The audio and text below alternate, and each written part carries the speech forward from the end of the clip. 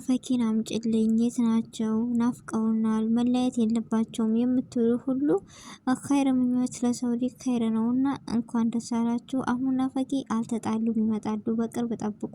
ዛሬ ደግሞ ይኸው በቃሌ መሰረት ይዤላችሁ መጥቻለሁ። ይህን አስተያየትና ይህን ፎቶ አይታችሁ እስኪ ምን ተረዳዳችሁ? እውነት የሚለያዩ ነው የሚመስላችሁ ወይስ አይለያዩም? አዳሜ ዛሬ ደግሞ አሁን መጥቶ ነበር በዩቲዩብ እና እንዳያችሁት በለቀቀው ቪዲዮ ወይኔ ስድብም አለ ብዙ ነገር። እንደው ግን ሰው ከመስደብ ውጭ ሌላ ነገር አታውቁም እንዴ? ኧረ ተው ግን አትሳደቡ። እሱ እኮ አላዘር ጀባ ነው የተባለው። ጀባ የተባለ ነገር ደግሞ መመለስ እንዴት ነው ነገሩ? አውቃችሁታል። አልሙሂም ያም ይሁን ያ ወደ ቁም ነገሩ ስንገባ እስኪ ይህን አስተያየት ይህን ፈገግታ የሚለያዩ ነው እውነት የሚመስላችሁ ወይስ እንደው ዝም ብለን እንናገር ብላችሁ ነው? ቤተሰብ ያም ይሁን ያም አህሙና ፈኪ በቅርብ ይመጣሉ፣ ጠብቁ።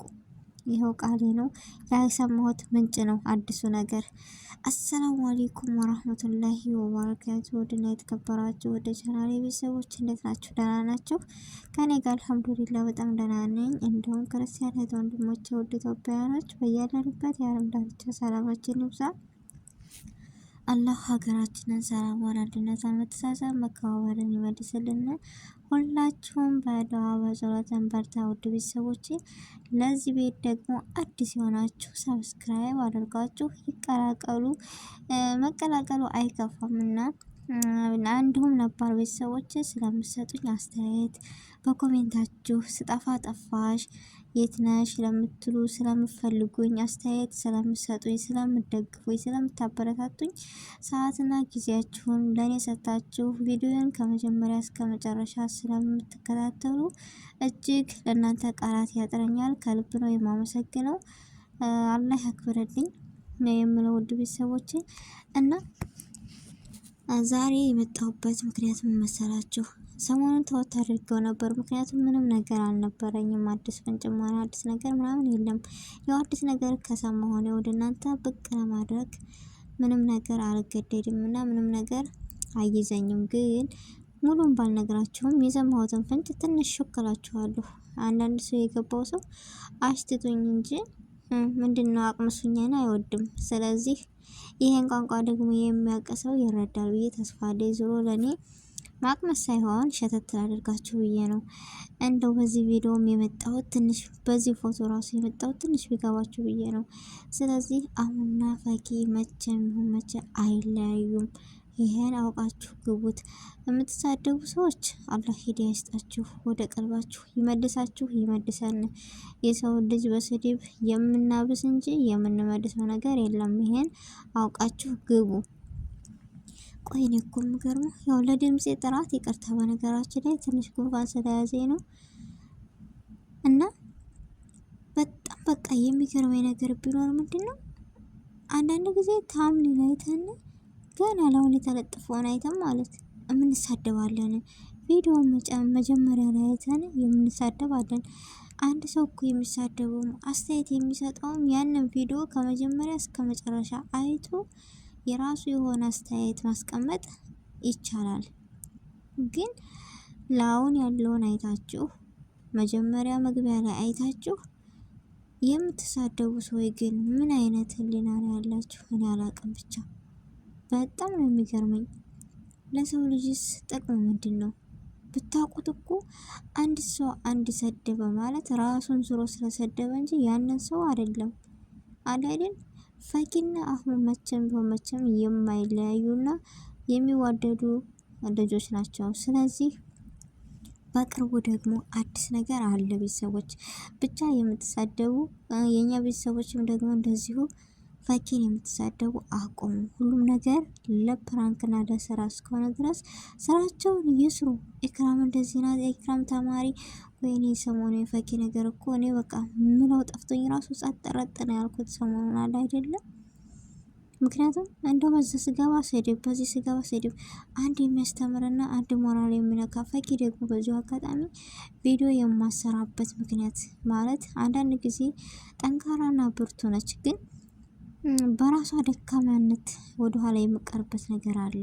በቲክቶክ መታ ከምዘድ፣ በቲክቶክ መታ ሊብ ላይ ከምገባ በዚህ መታ ቪዲዮ ብሰራ እንደዚህ በቃ ነገሮችን ጠንካራ ብታደርግ ከተሰደበ አይቀርና ከተመንካሯት አይቀር በቃ መስራት አለባት። እሷ ለስራ ነው አንድ ጊዜ ከወጣችው የውስጧን አላህ ነው የሚያውቀው አይደል እንዴ?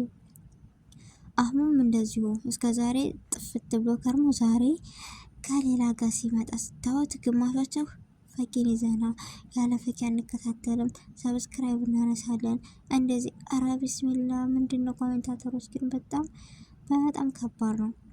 ብቻ ያም ይሁን ያ ፈኪና አህሙ መቼም የማይለያዩ ጥንዶች እንደሆኑ ማወቅ መቻል አለብን። አንድና አንድ ሁለተኛ ደግሞ በቅርቡ አዲስ ነገር አለ። የምትሳደቡ ሰዎች ግን በኋላ እንዳይጸጽታችሁ ነው የምለው።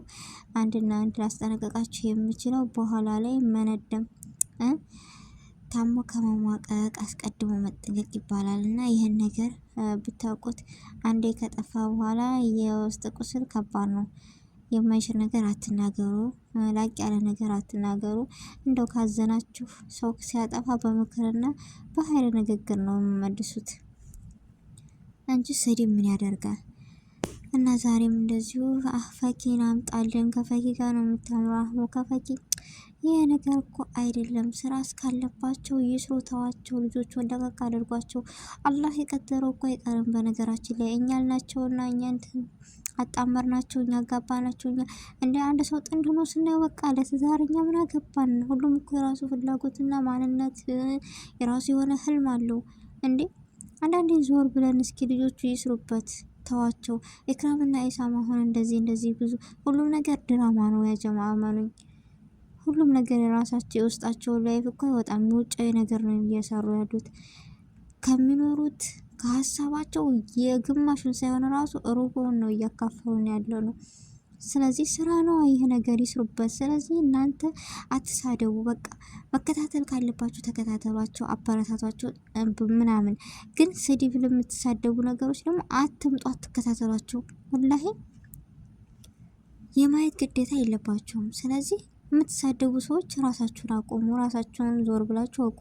ግዴታ እኮዋቸው ያለ የለም፣ ያስገድደ የለም። እነሱም ያስገድዱ።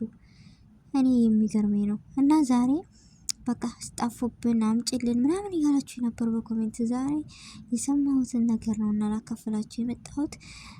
ይኸው እንደዚሁ ነው። ይህን ቪዲዮ አማኑ ለትውስታ ይቀመጣል። አሁን ፈኪ መቼም አይለያዩም ነው የምላችሁ። ዛሬም ነገም በተስፋን ጠብቋቸው፣ በዱዓ አስቧቸው ነው የምለው። እነሱ ደግሞ ጠንክረው በርትተው ደግሞ ቪዲዮ መስራት አለባቸው። ለማንም ክፍተት መስጠትና ለማንም ቦታ መስጠት የለባቸውም። ጉዞ ወደፊት፣ ዛሬ ነገ አይደለም፣ ነገ ዛሬ አይደለም በማለት ጠንክረውና በርትተው መስራት አለባቸው ነው የምለው። ውድ ቤተሰቦቼ እና የዛሬው ቪዲዮ ይሄን ይመስል ነበረ። ያለኝን ፍንጭ ከነገርኳችሁ በጉጉትና በተስፋ እንደምትጠብቁ ተስፋ አለኝ። ውድ ቤተሰቦቼ ሰዓታችሁን ጊዜያችሁን ሰጥታችሁ እኔ ጋር ስለተከታተላችሁ እጅግ ከልብ አመሰግናለሁ። በአዲስ ቪዲዮና በአዲስ ነገር እስከምንገናኝ ድረስ በያለንበት የዓለም ዳርቻ ሰላማችን ይብዛ። አሰላሙ አለይኩም ወራህመቱላሂ ወበረካቱሁ።